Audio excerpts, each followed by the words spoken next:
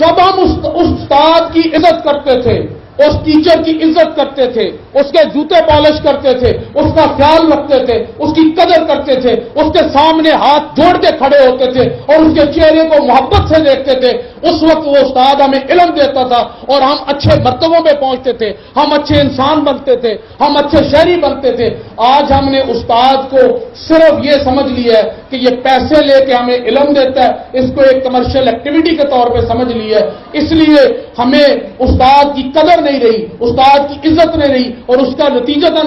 نقصان یہ ہوا کہ ہم اچھا شہری بننے سے بھی محروم ہو گئے، استاد کی محبتیں لینے سے بھی محروم ہو گئے، اور سب سے بڑی بات، جو استاد ہمیں دعائیں دیتا تھا اور جو دعائیں ہمیں کامیابی دیتی تھی، وہ دعائیں ہمیں ملنا بند ہو گئی۔ اس کی وجہ سے ہمارے اندر جو سارے مسائل بننا شروع ہو گئے۔ آئیں اس استاد کی قدر کریں جو ہمیں سکھاتا ہے،